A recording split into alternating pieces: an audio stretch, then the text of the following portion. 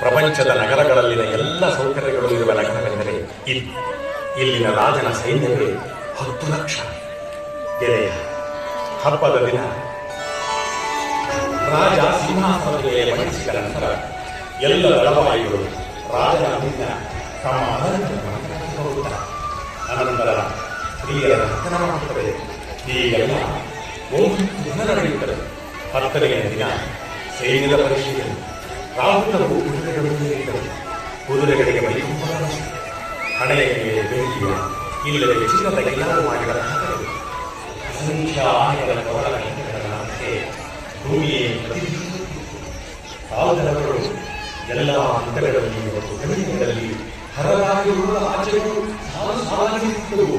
ಅವುಗಳ ಹತ್ತಿ ಪುರಾಣಗಳ ಅಲಂಕಾರ ಅದ್ಭುತ.